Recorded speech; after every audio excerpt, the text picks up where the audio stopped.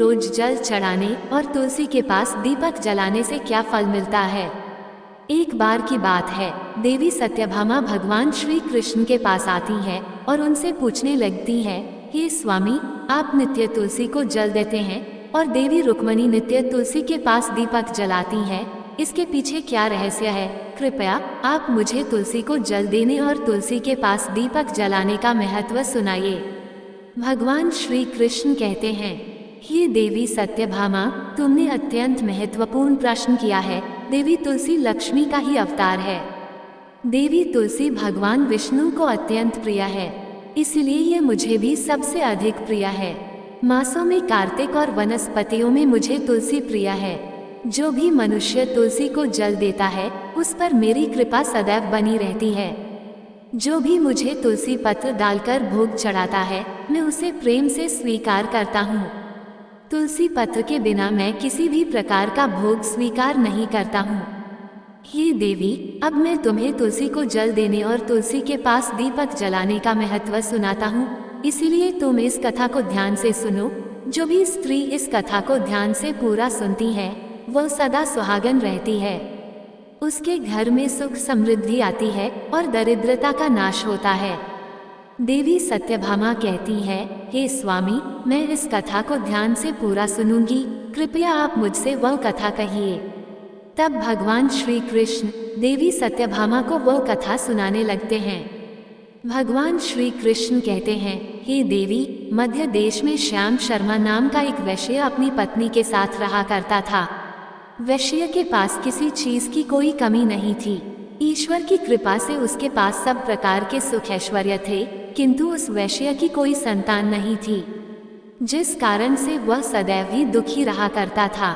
उसे वैद्य ने संतान प्राप्ति के लिए कई उपाय बताए। उसने दान धर्म किया, अनेक प्रकार के वैद्य भी बुलाए, उनसे नाना प्रकार के उपचार भी किया, किंतु फिर भी उसे कोई संतान नहीं हो रही थी। फिर एक दिन वह वैश्य महामुनि वशिष्ठ जी से मिलने के लिए उनके आश्रम पर जाता है। मुनि वशिष्ठ श्याम शर्मा का स्वागत करते हैं और कुशल मंगल पूछते हैं। तब वह श्याम शर्मा मुनि वशिष्ठ जी से कहता है, हे मुनिवा, मैं अत्यंत दुखी हूँ, मेरी कोई संतान नहीं है और संतान के बिना मेरा उद्धार कैसे होगा। मैंने संतान प्राप्ति के लिए अनेक उपाय भी किया, किंतु मुझे संतान नहीं हो रही है। कृपया आप ही बताइए कि मुझे किस कारण से पुत्र की प्राप्ति नहीं हो रही है। क्या मुझसे जाने अनजाने में कोई पाप हुआ है? तब मुनि वशिष्ठ जी अपनी दिव्य दृष्टि से श्याम शर्मा के पूर्व जन्म के बारे में जान लेते हैं। वशिष्ठ जी कहते हैं, हे वत्स, पिछले जन्म में तुम्हारे द्वारा घोर पाप हो गया था, इस कारण से तुम्हें इस जन्म में संतान सुख प्राप्त नहीं हो रहा है। श्याम शर्मा कहता है, हे मुनिवर, कृपया मुझे बताइए, पिछले जन्म में मुझसे कौन सा पाप हुआ था और उस पाप से मुक्त होने के लिए मुझे कौन सा उपाय करना चाहिए। वशिष्ठ जी कहते हैं, हे वत्स, पिछले जन्म में तुमने जो अपराध किया था उसके विषय में सुनो। पिछले जन्म में तुम एक अहंकारी वैश्य थे। तुम्हारा जन्म धनवान कुटुंब में हुआ था। तुमने पिछले जन्म में एक गाय को अत्यंत दुख दिया था। एक दिन एक गाय भूख और प्यास से व्याकुल होकर तुम्हारे द्वार पर आई थी, किंतु तुमने उस गाय को न रोटी खिलाई, न चारा खिलाया और न ही उसे जलपान कराया। तुमने बड़ी ही निर्दयता से उस गाय को अपमानित करके घर से निकाल दिया। उस गाय ने अभी अभी बछड़े को जन्म दिया हुआ था और भूख से व्याकुल होने के कारण वह गाय वहीं पर मूर्छित होकर गिर पड़ी और उस दिन वह अपने बछड़े को दूध नहीं पिला पाए, इसीलिए इस गाय ने तुम्हें श्राप दे दिया था। इस गाय के श्राप के कारण तुम्हारी ऐसी दुर्दशा हुई है। उस गाय के श्राप के कारण तुम्हें इस जन्म में संतान नहीं हो रही है। वशिष्ठ जी की बात सुनकर उसे श्याम शर्मा को बड़ा दुख हुआ और वह स्वयं को कोसते हुए कहने लगा, हाय, यह मैंने क्या किया। एक बेचारी दुखी गौ माता की सेवा नहीं की। मैंने बहुत बड़ा अपराध किया है और उसी का दंड मुझे भोगना पड़ रहा है। श्याम शर्मा वशिष्ठ जी से कहता है, हे मुनिवा, मुझे बहुत बड़ा अपराध हुआ है। अब मैं इस पाप का प्रायश्चित कैसे करूं? कृपया आप ही मुझे मार्गदर्शन कीजिए। मैंने जो पाप किया है उससे मुक्ति का कोई तो उपाय अवश्य होगा। मैं अपना सब कुछ देकर उसे पाप का प्रायश्चित करूंगा। कृपया आप ही कोई उपाय बताए, मुझे संतान प्राप्ति कैसे हो सकती है, क्योंकि शास्त्र कहते हैं पुत्र के बिना मनुष्य का उद्धार नहीं हो सकता।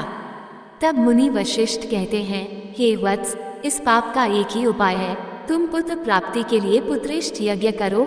इसी यज्ञ के फल स्वरूप तुम्हें संतान की प्राप्ति होगी। इस यज्ञ को संपन्न करके तुम ब्राह्मण को भोजन कराओ, वस्त्र और गाय का दान करो, तभी तुम्हें इस पाप से मुक्ति मिलेगी। तब श्याम शर्मा वशिष्ठ जी को धन्यवाद देते हुए कहता है, हे मुनिवा, आपका कोटि कोटि धन्यवाद। मैं आपके कहे अनुसार अवश्य ही पुत्रेष्ठ यज्ञ करूंगा और ब्राह्मणों को गायों का दान करूंगा। इतना कहकर वह श्याम शर्मा शीघ्रता से अपने घर पर लौट आता है और अपनी पत्नी को सारी हकीकत सुनता है। फिर वे दोनों ही पुत्रेष्ठ यज्ञ की तैयारी करते हैं। अनेक ऋषि मुनियों को निमंत्रण देकर वह श्याम शर्मा पुत्रेष्ठ यज्ञ संपन्न करता है और उन ऋषि मुनियों तथा ब्राह्मणों को गाय का दान करता है। यज्ञ के संपन्न होने के पश्चात यज्ञ की आग से अग्निदेव प्रकट होते हैं और उस श्याम शर्मा से कहते हैं, हे श्याम शर्मा, आज तुम्हारा यज्ञ सफल हुआ है। तुमने पुत्र प्राप्ति के लिए ये यज्ञ किया था, इसीलिए तुम्हें मेरी कृपा से एक पुत्र की प्राप्ति होगी, किंतु तुम्हारे पुत्र की आयु केवल 18 वर्ष की ही होगी और 18 वर्ष समाप्त हो जाने के पश्चात तुम्हारे पुत्र की मृत्यु हो जाएगी। इतना कहकर अग्निदेव अंतर्ध्यान हो जाते हैं। पुत्रेष्ठ यज्ञ करके और अग्निदेव से पुत्र का वरदान प्राप्त करके वह श्याम शर्मा बहुत प्रसन्न तो हुआ, किंतु उसे बड़ा दुख भी हुआ। श्याम शर्मा ने सोचा, पुत्र न होने से अच्छा है कम-आयु वाला पुत्र ही ठीक है। फिर वह पहले की तरह अपने कार्य में लगा रहा। कुछ ही दिनों के पश्चात उसकी पत्नी ने गर्भ धारण किया। श्याम शर्मा ने पुत्र के जन्म से पूर्व किए जाने वाले सभी संस्कार किया और फिर उसे एक अत्यंत सुंदर पुत्र की प्राप्ति हुई। वो बालक बड़ा ही तेजस्वी दिखाई पड़ रहा था। श्याम शर्मा ने पुत्र के जन्म के बाद किए जाने वाले भी सभी संस्कार किया और पुत्र को गुरुकुल में शिक्षा प्रदान की। श्याम शर्मा का पुत्र जैसे जैसे बड़ा होने लगा, श्याम शर्मा को बहुत अधिक चिंता सताने लगी। फिर जब उसका पुत्र 16 वर्ष का हुआ तो श्याम शर्मा की पत्नी ने उससे कहा, अब हमें अपने पुत्र का विवाह कर देना चाहिए। हमारा पुत्र अब विवाह के योग्य हो गया है। श्याम शर्मा ने कहा, हे प्रिय, विधि के विधान के अनुसार हमारे पुत्र की आयु केवल 18 वर्ष की ही है। 18 वर्ष के पश्चात हमारे पुत्र की मृत्यु हो जाएगी, इसलिए हमें इसका विवाह करके किसी कन्या के जीवन को बर्बाद नहीं करना चाहिए। वह तो 2 वर्षों बाद विधवा हो जाएगी, फिर उसे जीवन में अनेक कष्ट सहन करने पड़ेंगे। लेकिन श्याम शर्मा की पत्नी नहीं मानी, वह अपने पुत्र का विवाह होता देखना चाहती थी। श्याम शर्मा की पत्नी कहती है, हे नाथ, कुछ भी हो, मैं अपने पुत्र को अविवाहित मरते हुए नहीं देख सकती। हमारे पास किस चीज की कमी है? हमारी पुत्र वधू इस संपत्ति को प्राप्त करके सुखी जीवन जी सकती है। इसलिए अब आप संकोच न करें और हमारे पुत्र के लिए सुंदर कन्या की खोज करें। अपनी पत्नी के मन के आगे श्याम शर्मा की एक न चली और फिर वह पुत्र के विवाह के लिए मान गया। फिर उसने पास ही के नगर में रहने वाले एक अत्यंत गरीब वैश्य की पुत्री के साथ अपने पुत्र का विवाह संपन्न किया। श्याम शर्मा की बहू का नाम सुभद्रा था। वह अत्यंत गुणवान, चरित्रवान और पतिव्रता नारी थी। वह अपने पति के मृत्यु की बात को नहीं जानती थी। सुभद्रा नित्य अपने सास, ससुर और अपने पति की सेवा करने लगी। वह सभी के साथ बड़े प्रेम से रहती और कभी किसी की आज्ञा का उल्लंघन नहीं करती थी। उसने अपनी मधुर वाणी और कार्यकुशलता से सभी के मन को जीत लिया। इस प्रकार से 2 साल बीत गए और फिर वह समय निकट आ गया जब श्याम शर्मा के पुत्र की मृत्यु होने वाली थी। श्याम शर्मा को बड़ा भय लगने लगा। फिर एक दिन उसने अपनी बहू को बुलाया और उसे क्षमा मांगते हुए कहने लगा, हे बहू, तुम मुझे क्षमा कर देना, मैंने तुम्हारे साथ बड़ा अन्याय किया है। सुभद्रा ने कहा, हे ससुर जी, आप ऐसा क्यों कह रहे हैं? आप मुझसे क्षमा मांगकर लज्जित न कीजिए। मैं आपसे छोटी हूँ, आपकी पुत्री के समान हूँ। कृपया आप संकोच न करते हुए आपके मन में जो भी बात है वो कहिए, मैं आपकी आज्ञा का पालन अवश्य करूँगी। फिर श्याम शर्मा कहने लगा, हे पुत्री, तुम कल्याणी हो, तुम एक महान पतिव्रता हो, किंतु मेरे पुत्र के साथ तुम्हारा विवाह होने से पूर्व मैंने तुमसे एक बात छुपाई है। हमें पुत्र की प्राप्ति पुत्रेष्ठ यज्ञ करने के बाद हुई थी, और अग्निदेव ने हमें ये कहते हुए पुत्र प्राप्ति का आशीर्वाद दिया था कि हमारे पुत्र की आयु केवल 18 वर्ष की होगी। 18 वर्ष के बाद हमारे पुत्र की मृत्यु हो जाएगी। अपने ससुर की बात सुनकर सुभद्रा ने कहा, हे ससुर जी, बस इतनी सी बात, आप चिंता न कीजिए। मैं आपको वचन देती हूँ कि आपकी पुत्रवधू मैं कभी विधवा नहीं होंगी। आपके पुत्र के प्राणों की रक्षा मैं करूँगी। आप बस मुझे एक दीपक, जल का घड़ा और एक गाय लाकर दीजिए। मेरे पति के प्राणों की रक्षा इन्हीं से होगी। सुभद्रा की बात सुनकर श्याम शर्मा को बड़ा आनंद हुआ और वह कहने लगा, हे बहू, जैसी तुम्हारी इच्छा, मैं तुम्हें वह सब चीज लाकर देता हूँ। इतना कहकर श्याम शर्मा ने अपनी बहू को वह तीनों चीज लाकर दी। फिर जब वह दिन निकट आ गया जिस दिन सुभद्रा के पति की मृत्यु होने वाली थी, उस दिन सुभद्रा ने सुबह उठते ही तुलसी को जल चढ़ाया और उसे प्रणाम करते हुए तुलसी के पौधे पर एक चुनरी बांध दी और तुलसी माता से प्रार्थना की, हे तुलसी माँ, मैं आपको चुनरी चढ़ा रही हूँ, कृपया अब तुम ही मेरे सुहाग की रक्षा करना।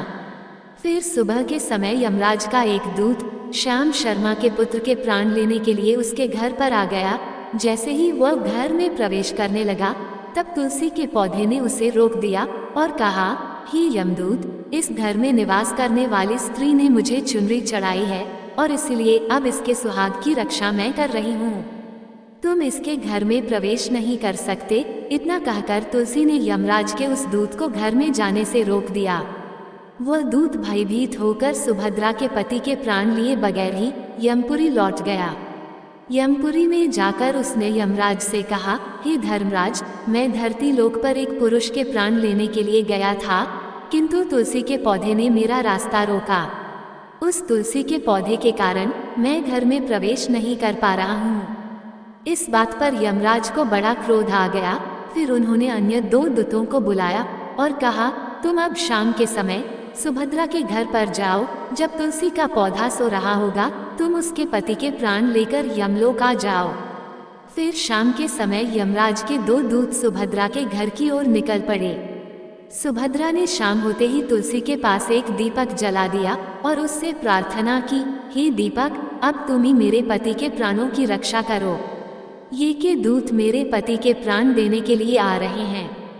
फिर शाम हो गई, तुलसी का पौधा सो गया और यमराज के 2 दूत सुभद्रा के घर के सामने आकर खड़े हो गए और सोचने लगे, अब तो इस मनुष्य के प्राण लेकर ही हम यमपुरी लौटेंगे।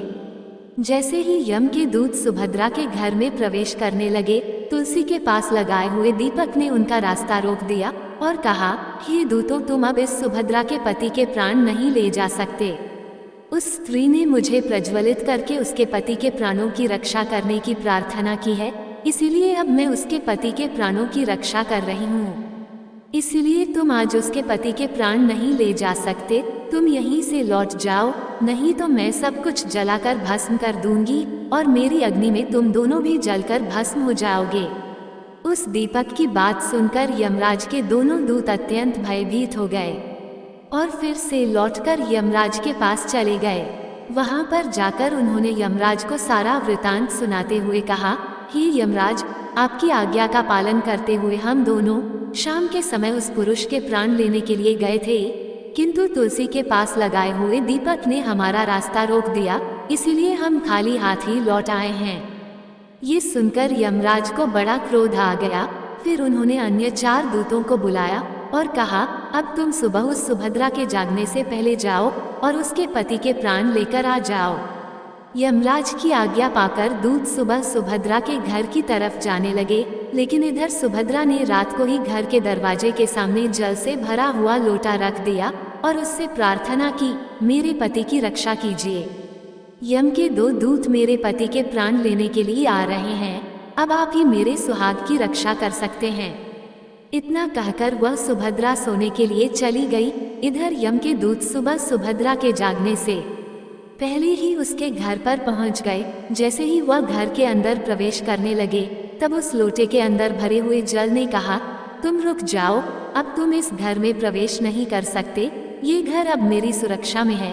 मैं सुभद्रा के पति के प्राण तुम्हें लेकर जाने नहीं दूंगा। अगर तुमने इस घर में प्रवेश किया तो मैं नरक की अग्नि को बुझा दूंगा, जिसमें सारा नरक लोक डूब जाएगा। ये सुनकर यमराज के बेचारे दूत घबरा गए और एक दूसरे की तरफ देखकर उस स्थान से भाग गए। वे सभी यम के दूत यमराज के पास लौट गए और उनसे कहने लगे, हे धर्मराज, आपकी आज्ञा का पालन करने के लिए हम चारों सुबह सुभद्रा के जागने से पहले ही उसके पति के प्राण लेने के लिए पहुंच गए थे, किंतु सुभद्रा के घर के बाहर रखे हुए जल के लोटे ने हमारा मार्ग रोक लिया और इसी कारण से हम उसके घर में प्रवेश नहीं कर सके। अब यमराज को बहुत ही अधिक क्रोध आ गया। इस बार उन्होंने 8 यमदूतों को बुलाया और कहा, हे यमदूतों, अब शीघ्रता से जाओ और बलपूर्वक उस मनुष्य के प्राण खींचकर यमलोक लेकर आओ। फिर वह 8 यमदूत यमराज की आज्ञा का पालन करते हुए पृथ्वीलोक पर उस सुभद्रा के घर के पास आते हैं तो देखते हैं उस सुभद्रा के घर के सामने एक गाय खड़ी है। सुभद्रा ने यमदूतों के आने से पहले ही अपने घर के सामने गाय को बांध दिया था और गौ माता से विनती की थी, हे गौ माता, आज यमदूत मेरे पति के प्राण लेने के लिए आ रहे हैं। अब आप ही मेरे सुहाग की रक्षा कर सकती हो। हे गौ माता, मैं आपकी शरण में आई हूँ, कृपया मुझे विधवा होने से बचा लीजिए। उस गाय ने कहा, हे पुत्री, तुम चिंता मत करो, तुम्हारे पति के प्राणों की रक्षा मैं स्वयं करूंगी। मेरे होते हुए यम के दूत तुम्हारे घर में प्रवेश नहीं कर पाएंगे, इसलिए तुम चिंता से मुक्त होकर घर में अपने पति की सेवा करो। फिर जैसे ही वे यमदूत घर के अंदर प्रवेश करने के लिए आगे बढ़ते हैं, तब वो गाय उन्हें रोक देती है और कहती है, इस घर में तुम लोग प्रवेश नहीं कर सकते, इस घर की रक्षा मैं कर रही हूँ। मेरे रहते कोई भी इस घर के अंदर प्रवेश नहीं कर सकता। यदि तुमने घर के अंदर प्रवेश करने का प्रयत्न किया तो मैं तुम सभी को श्राप दे दूंगी। अगर तुम्हें इस घर के अंदर प्रवेश करना है तो तुम्हें पहले मेरे प्राण लेने पड़ेंगे और तुम सभी को गौहत्या का पाप लगेगा, जिसका कोई प्रायश्चित नहीं है। दूत गाय के द्वारा श्राप देने की बात सुनकर भयभीत हो गए। वे जानते थे कि गाय के द्वारा दिए गए श्राप से कोई मुक्त नहीं कर सकता और गौहत्या तो संसार का सबसे जघन्य अपराध और महापाप है, जिसका कोई प्रायश्चित भी नहीं है। इसीलिए वे सभी वहां से लौटकर यमराज के पास चले गए। यमपुरी जाकर उन यमदूतों ने यमराज को सारा वृतांत सुनाते हुए कहा, हे धर्मराज, उस सुभद्रा के पति के प्राणों की रक्षा एक गाय कर रही है। उस गाय ने हमें श्राप देने की बात कही, इसीलिए हम सभी भयभीत होकर वापस लौट आए हैं। हम में गाय का सामना करने की शक्ति नहीं है। उन यमदूतों की बात सुनकर यमराज आग बबूला हो गए और स्वयं भैंस पर सवार होकर पृथ्वीलोक की ओर निकल पड़े। यमराज अपने भैंस पर सवार होकर उस सुभद्रा के घर के पास चले आते हैं। यमराज को अपने घर के सामने खड़ा हुआ देखकर सुभद्रा भयभीत हो जाती है और जल्दी से आकर यमराज के चरण स्पर्श करके उन्हें नमस्कार करती है और उनकी स्तुति करने लगती है। हे यमराज, आप तो तीनों लोगों के प्राणियों पर कृपा करने वाले महान देवता है। इस संसार के समस्त प्राणियों के पाप और पुण्य का लेखा जोखा आप अपने पास रखते हैं।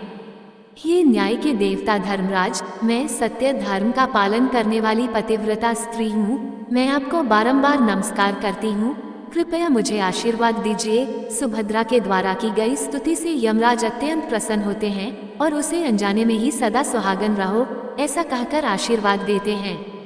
फिर जब यमराज सुभद्रा के पति के प्राण ले जाने के लिए आगे बढ़ते हैं तो सुभद्रा कहती है, हे धर्मराज, आपने अभी मुझे सदा सुहागन रहने का आशीर्वाद दिया है और अब आप मेरे पति के प्राण लेने जा रहे हैं, इससे तो आपका आशीर्वाद झूठा साबित हो जाएगा। ये सुनकर धर्मराज रुक जाते हैं और सुभद्रा की ओर देखकर मुस्कुराने लगते हैं।